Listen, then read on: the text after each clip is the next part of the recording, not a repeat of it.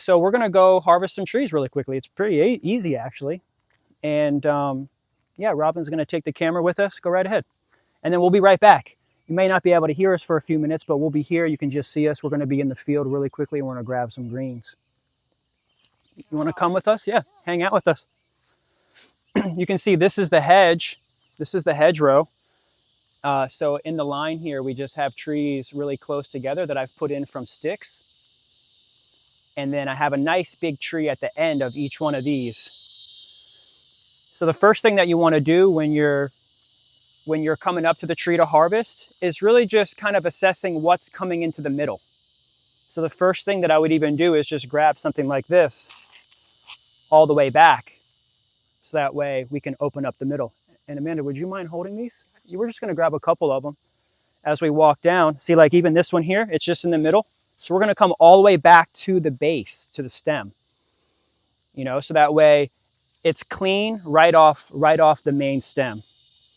And that's really all you're doing when you're coming through and kind of assessing where to harvest, is just focusing on the middle, continually opening up the tree and just taking anything out that's just kind of wonky or thin or just coming into the middle like this.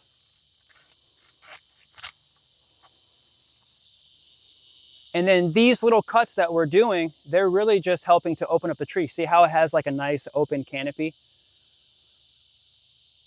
It's really helpful to do that to keep a nice open tree. Now the next step from cutting in the middle is just going to then start bringing back the outside ones really low. And if there is a couple layers, like say how this is kind of creating an outside layer and this is kind of creating like an inside layer, I can keep this one short. So I would cut that one back short, but then I would bring these two back up a little bit higher, and even this one a little bit higher. So that way we have a little bit of a step, right? So that way when you have a tree, it actually looks like a circle, like a bush. Like you see how those have like rounded all the way around, and then the middle is really high and the outside is a little bit lower. It's because I want that tree to look like a bush, right? So you can engineer or architect or design your trees to look any way that you want. And that's really the main gist of coming up to a tree. I mean, you can see that this tree had a long center core, but I cut that back right there. And by cutting that back right there at about waist high, it was able to open up with these 4 pieces. Otherwise, it would just be tall, lanky, and skinny, tall tree. Same thing with this one. This one's a little bit outside, so I'll go ahead and bring that back really short, about 6 to 12 inches from the split. I like to do about 12 to 18 inches off the split. And see how I'm just kind of pulling anything off that's just kind of, there's going to be lots of little things that just kind of come off, especially ones that are on the inside, and you can just easily just kind of pull them off. This is the best way to just keep up with your trees. People ask, how much money can you make from moringa? And it's, how often can you harvest it? That's because every time we're doing it, yeah, no worries. Every time we're doing it, we're just grabbing a little bit of greens. This is money right here, right? And so then what I'm doing is I'm making sure that when I cut, I'm cutting at a 45 and I'm cutting in between the collars. So this, like a collar, is like a collar. This is a collar. This is kind of like the head. What comes out of the collar is a new head. So a new branch is going to form from that. You can kind of see a little bit of a little button there at the top. That's going to form a whole new branch, or I should say a whole new stem, right? And then we can continue to just kind of go around, and you don't have to take everything all at once. I don't like to have the tree just bare, and that's it. And then we'll come back over this station that we got a couple of trees there. It's still really wet out here.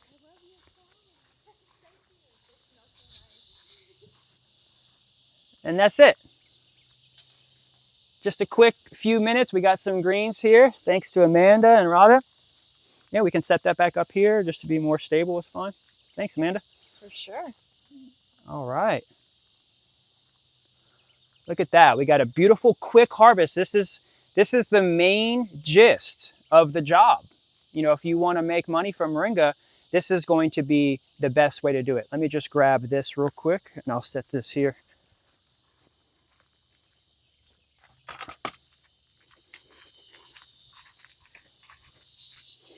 This is what I do every day. In order to bring in $100 to $200 to $300 a day, I just go out into the field every morning at like 8 or 9. I grab a handful of greens, and then we go through the process of pretty much working as a moringa farmer. Then the next step that I would do, even just to make this process really quickly, is just pull these branches off like this really quickly.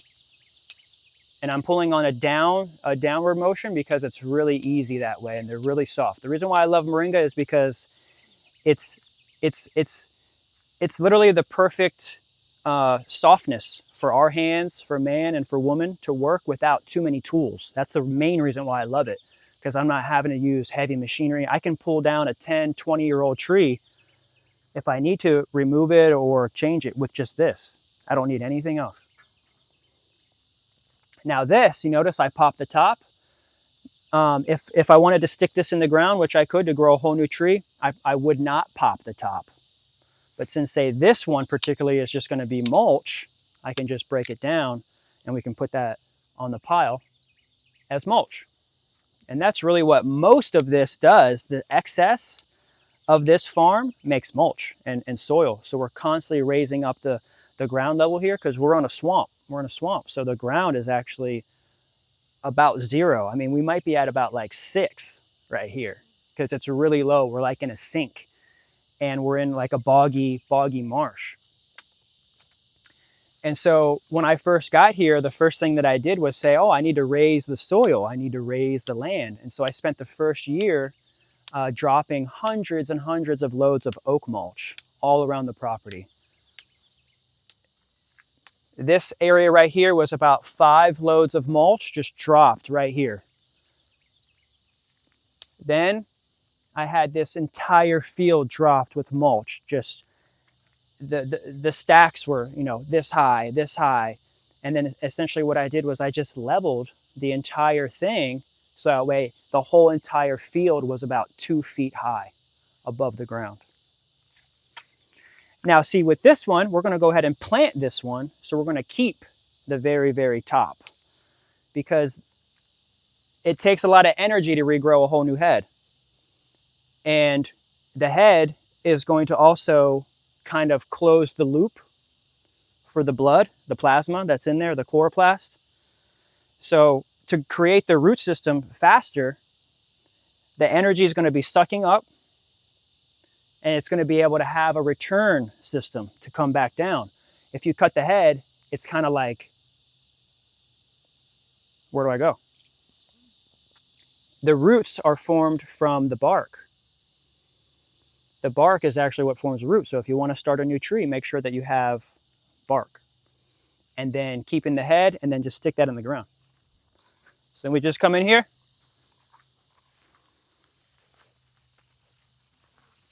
And that'll grow a whole new tree. Because I have that on oak mulch. So it's already on a foot of moisturized soil.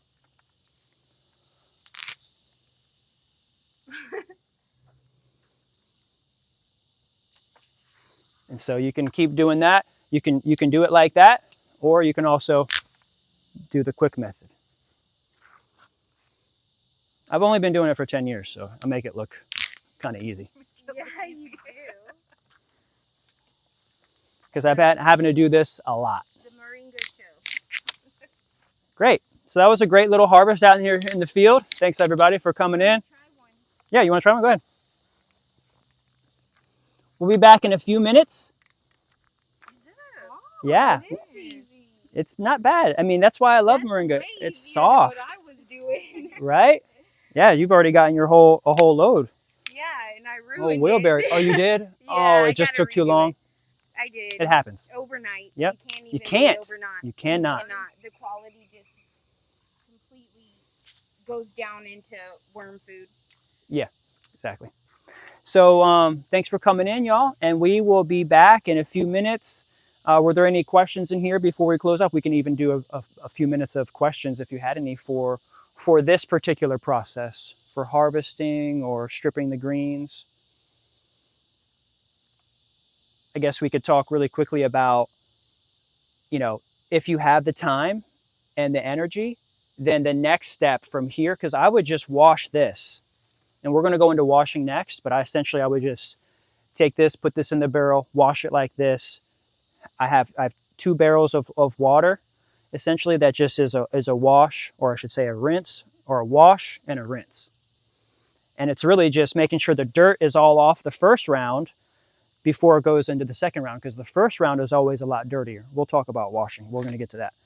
But if you really want to get your product finished faster, with less work on the back end, you could spend more time on the front end by just even getting them down to this level and spending time to get them to this. But you don't have to.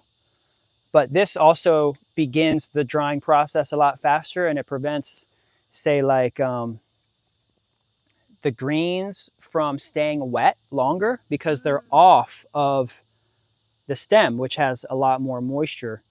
These, when you do it like this, you're separating that water, which allows the leaves to dry even faster. And that's really it. That's really the main thing. Now you've got a pile of greens, which you could at this point just even dump in the washer, in the bins, and then just dunk them, and then get them on the racks from there. And we'll do that now. Great. Thanks, everybody. We'll see you in a few minutes.